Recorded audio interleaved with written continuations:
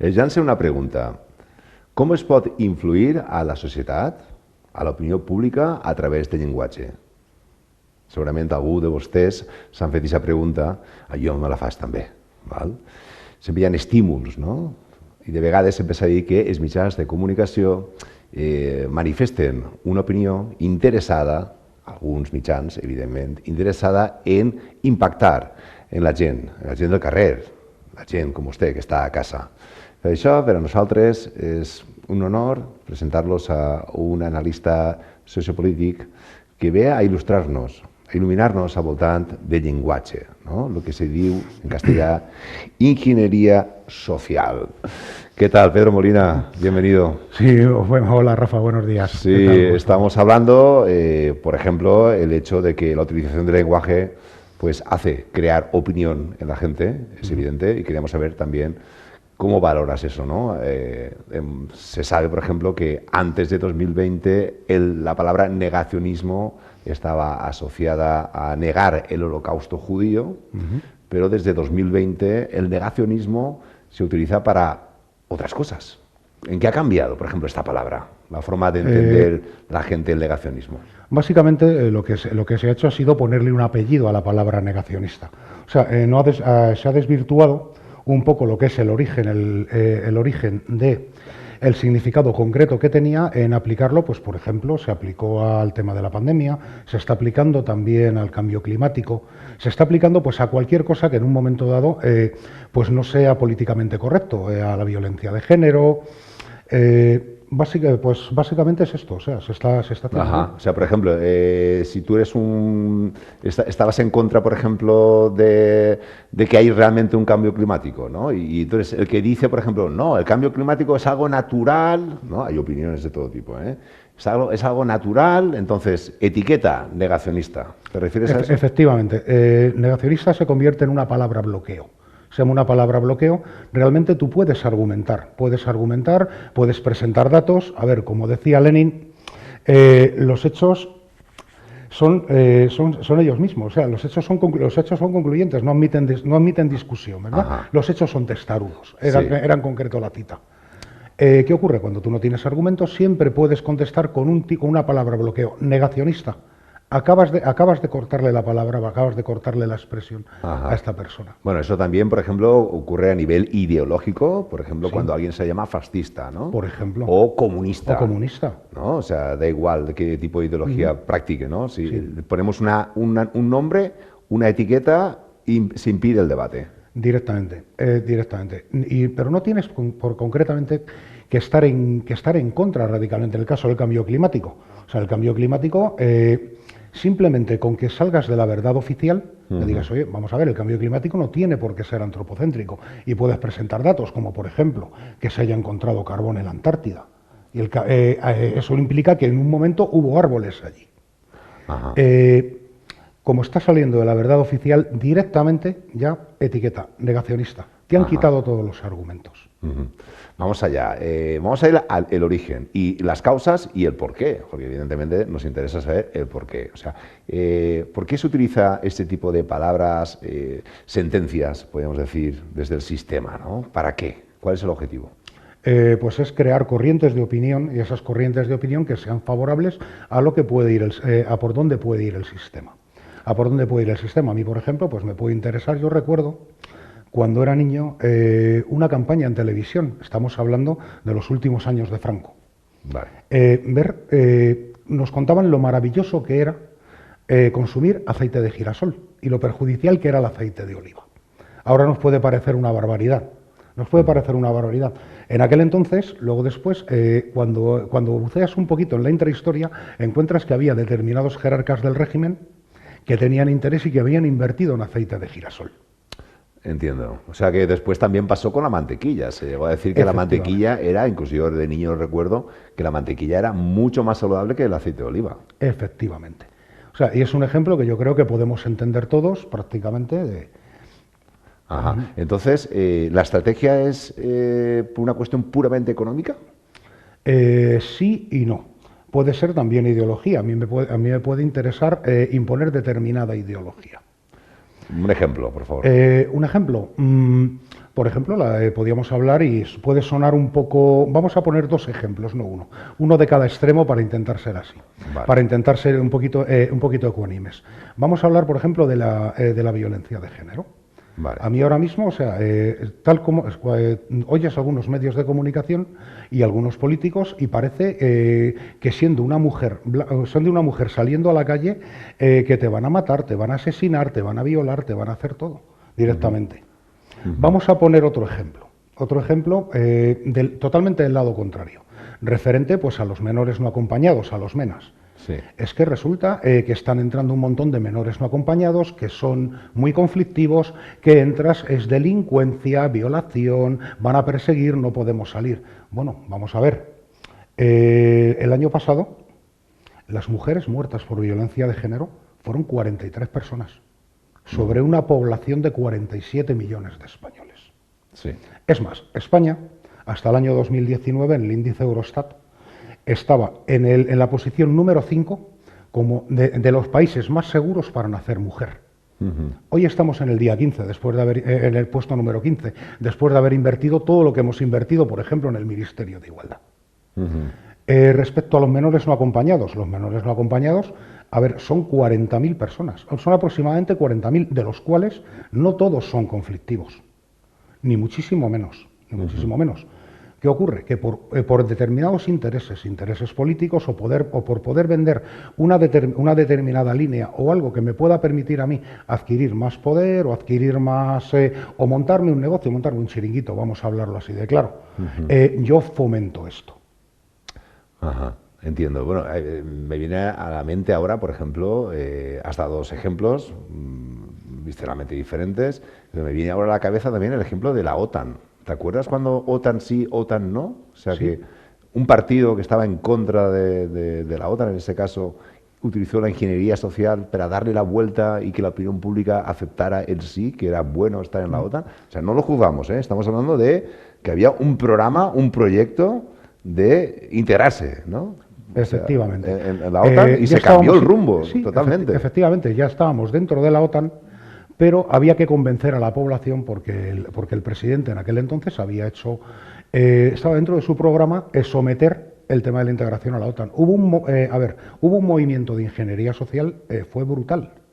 O sea, fue brutal. De hecho, yo lo viví en primera persona. Fue la primera vez que yo pude ir a votar.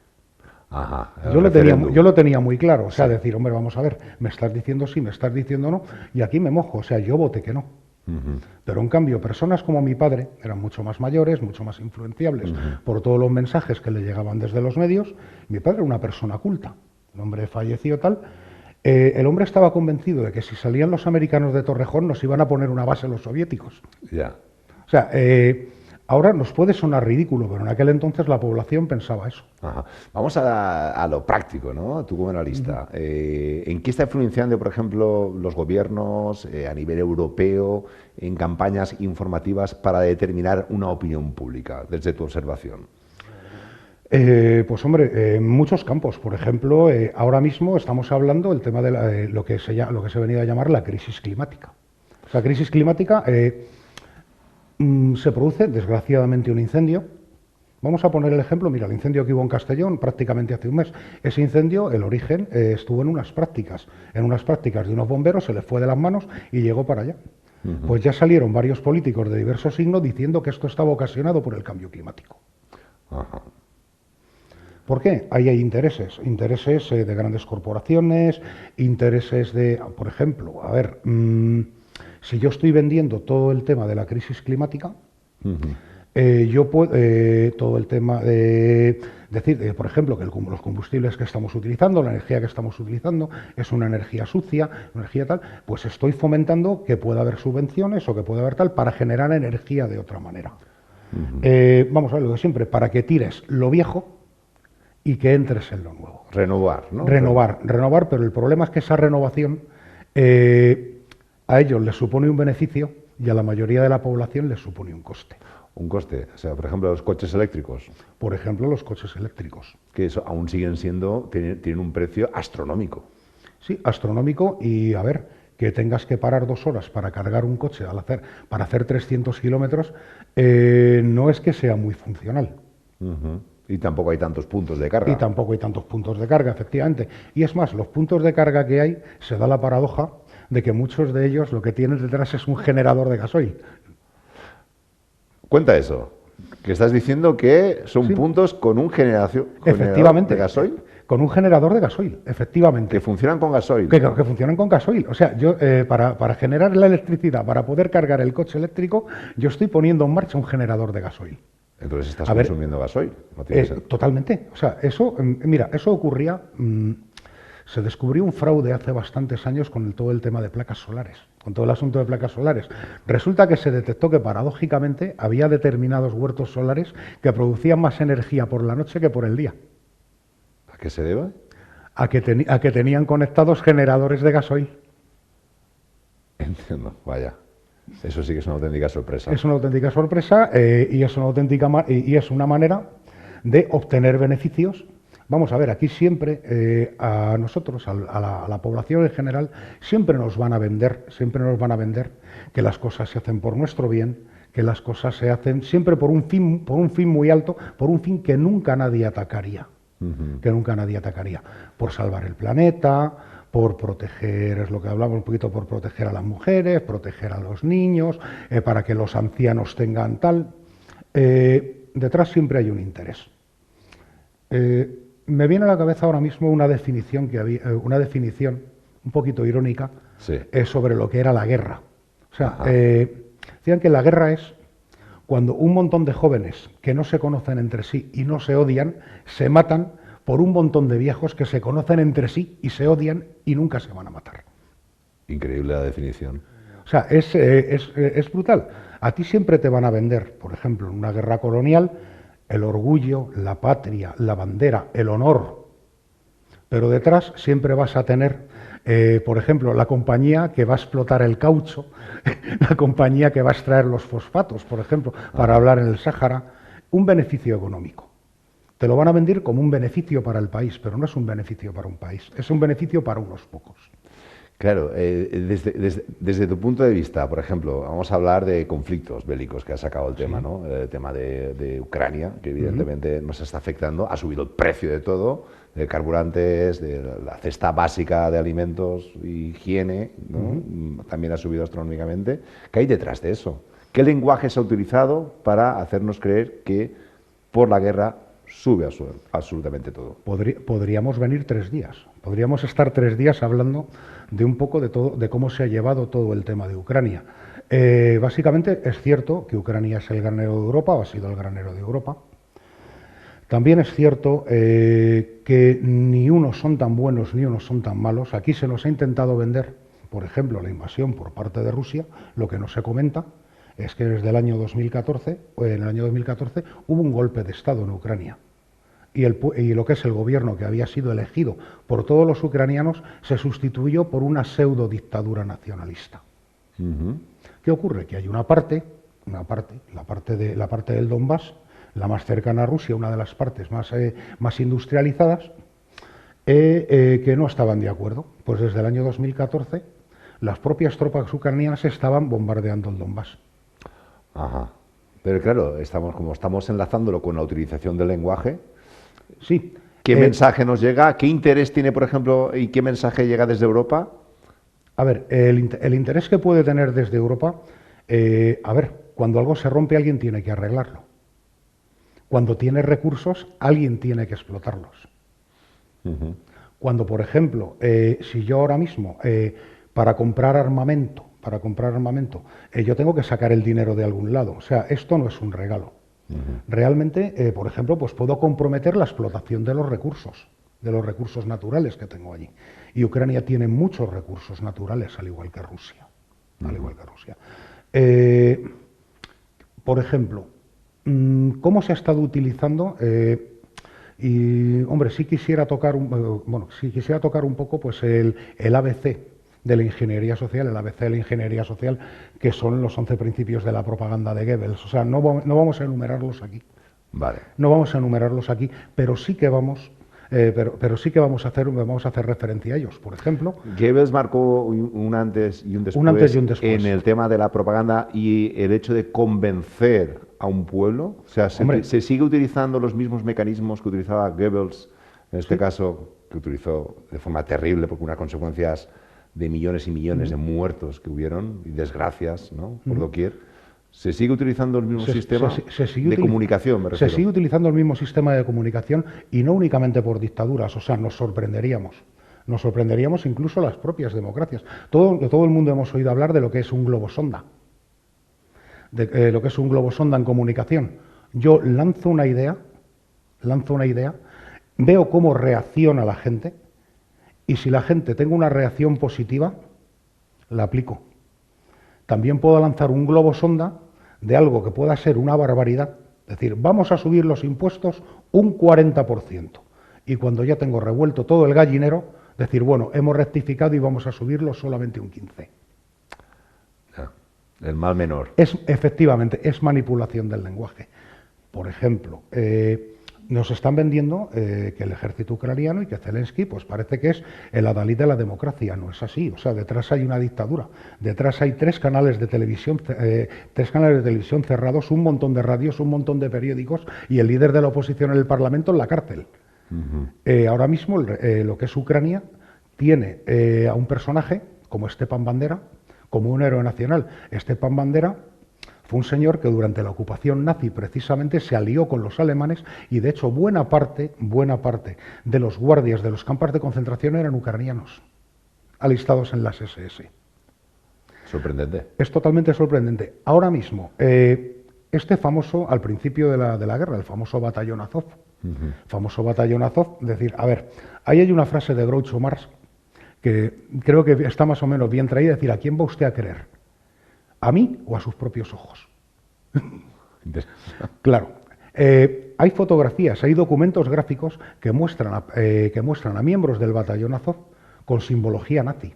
Es más, el mismo símbolo del batallón Azov es una runa, se llama Volksangel directamente, que es la misma runa que tenía la división SS Das Reich, que fue la que arrasó Francia en 1943. Vaya. Con lo cual, ni unos son tan buenos, ni unos son tan malos. Claro, pero al fin y al cabo, Rusia también utiliza, como estamos hablando del lenguaje, ¿no?, también utiliza un lenguaje de guerra para ser víctimas, ¿no?, o sentirse víctimas ante el marco internacional, ¿no? O sea, al fin y al cabo son cómo utilizo el lenguaje en mi propio beneficio, ¿no? Por supuesto, esto es una guerra de propaganda. Esto es una guerra de propaganda. Yo aquí no quiero posicionarme ni en un bando ni en otro. Simplemente, vamos a ver, yo lanzo un mensaje y ese mensaje, cualquier mensaje, incluso, a ver, yo siempre digo que la verdad más absoluta siempre tiene una parte de mentira. Y la mentira más absoluta siempre tiene una parte de verdad. Según los ojos que lo mires. Efectivamente. Tú luego puedes dar un enfoque, le puedes dar otro. O sea, hasta hace relativamente poco tiempo, pues a ver, se me ha ido un poquito el hilo. No, tranquilo. Pues estamos hablando de la utilización del lenguaje, ya para terminar la entrevista, que nos parece muy interesante. Yo creo que desde casa también, por lo menos, les estamos haciendo pensar. Lucubrar, ¿no? Pensar, entender, ¿no?, que detrás, ¿no?, siempre del sistema hay unos intereses, ¿no?, y que el lenguaje, el uso del lenguaje es básico para poder llegar a objetivos, ¿no?, desde los poderes fácticos. Esto sería... Efectivamente. A ver, no sé si recuerdas una de las primeras medidas que se aprobó, vuelvo otra vez al primer decreto de estado de alarma. Sí. Una de las primeras medidas que se aprobó sí. fueron 15 millones de euros para los medios de comunicación, en el primer decreto. Sí. Y al poco tiempo aprobaron otros 100 millones para medios de comunicación en publicidad institucional. ¿Qué es lo que estoy garantizando? Que mi mensaje va a ser retransmitido tal como yo lo digo y sin fisuras. Hace unos años tú podías coger un periódico y podías hacerte una idea, podías hacer un análisis. Yo cojo una misma noticia y la leo en 5 periódicos. Podríamos decir de todo el arco ideológico. Sí. Yo puedo sacar ahí puedo sacar unas consecuencias. Puedo decir, bueno, pues me puedo quedar con esto, me puedo quedar con esto. A ver, puedo ir quitando la parte ideológica y quedarme con la noticia. Desgraciadamente, hoy no es así. Hoy hay un mensaje único en la mayoría de los medios de comunicación. Y es muy complicado. Es muy complicado. Sobre todo lo importante es saber leer. O sea, saber leer y entender cuando te llega una noticia, saber qué hay detrás de la noticia, ¿no? O sea, leer Claro. lo que se llama el subtexto, ¿no? Claro, y sobre todo tener capacidad de análisis. El problema, y ahí soy pesimista, es que estas sociedades cada vez piensan menos. Y es más, nuestros propios gobiernos están fomentando que cada vez pensemos menos. Para mí fue un día muy triste cuando la última ley de educación prácticamente suprimía el estudio de la filosofía. Eso es terrible. Yo estoy totalmente de acuerdo. De hecho, aquí en el programa siempre manifestamos un gran amor por los filósofos, porque claro, es que la filosofía es el arte que te ayuda a pensar, Efectivamente. a pensar y a pensarnos como humanos. Efectivamente. O sea, si le estás diciendo a una persona no pienses, te conviertes en un cordero. Dice, ¿a quién va a Te creer conviertes usted? en un cordero. ¿A quién va a creer usted? ¿A mí o a sus ojos? A mí a sus ojos. Pedro Molina, muchísimas gracias, analista político. Gracias por venir y darnos tu visión del lenguaje, señoras y señores, del lenguaje, de la importancia del uso del lenguaje con los intereses que hay detrás, evidentemente, con los poderes fácticos que hemos comentado, los sistemas, sin juzgar, porque cada uno tiene una opinión, evidentemente. Nosotros la lanzamos aquí, Pedro, tú has lanzado tu opinión, que es muy respetable. Y sobre todo me gustaría que volvieras otra vez a seguir indagando, ¿no?, en la temática del lenguaje, ¿no?, de la incorporación del lenguaje, ¿no?, como desarrollo de ideas. Cuando quiera, Rafa, estoy a tu disposición. Muchas gracias.